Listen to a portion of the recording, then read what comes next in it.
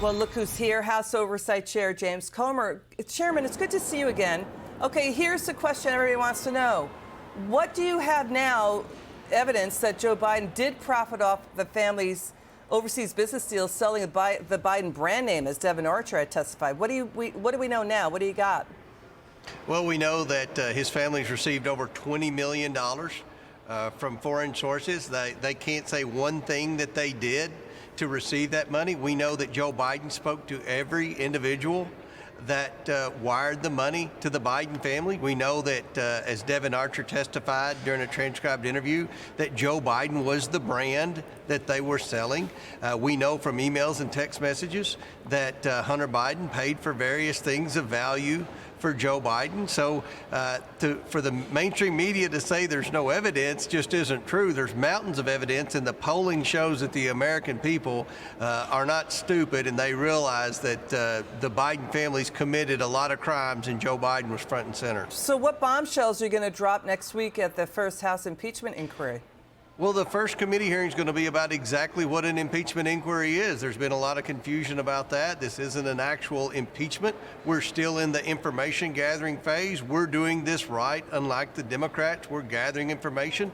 The reason we have to have an impeachment inquiry is because the Biden administration continues to block and obstruct us from getting that's wrong, information. But Chairman Comer, is the National Archives turning over the thousands of emails where Biden did use fake email accounts? I mean, we've got Hunter Biden emailing Biden's fake Gmail account, Robinware, about the potential appointment of John McGrail. He was a friend of Hunter. He's now a Treasury official. So they did discuss government work.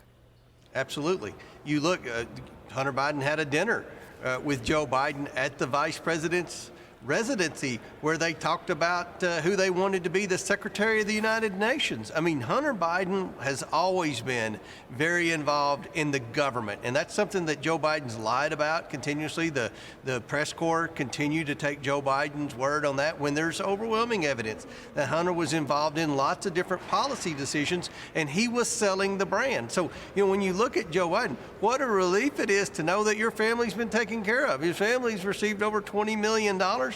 We believe he's received a lot of things of value too, but just knowing as a grandparent that your child's receiving wires from foreign nationals while you're in college, what a relief that is. Yeah, so why did a grandchild get money, right? So that's exactly right. Is it more than 9 Biden family members? Is it more than that?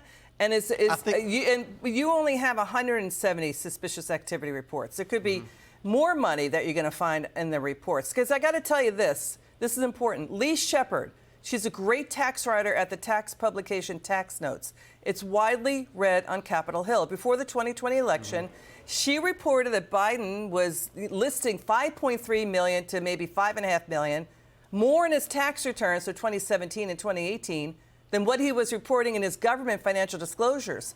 That's a whopping big difference.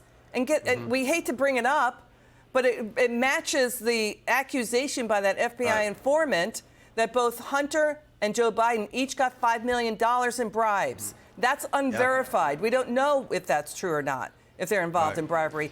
You do not want that stink of bribery around any White House. And that's right. The money that they're referring to in that story was funneled, I believe, through the Celtic LLC. That's Joe Biden's LLC.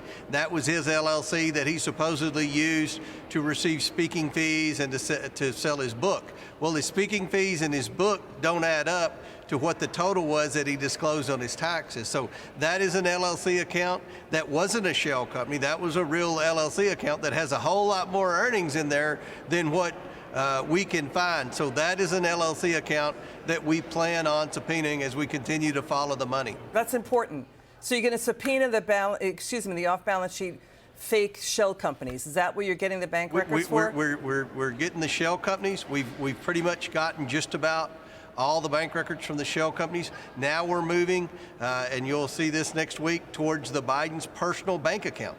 And we want to, if you look at the top 2 Biden family recipients of this laundered money through the shell companies, it was Hunter Biden and Jim Biden. We are subpoenaing their personal bank accounts. We've got many more bank accounts to go. It's taking so long because we're being obstructed at every turn. Hopefully this impeachment inquiry will help speed the process up as we head to court. Chairman Comer, we're going to stay on this story. Thanks for joining us tonight. We appreciate you joining us, sir. Thank you.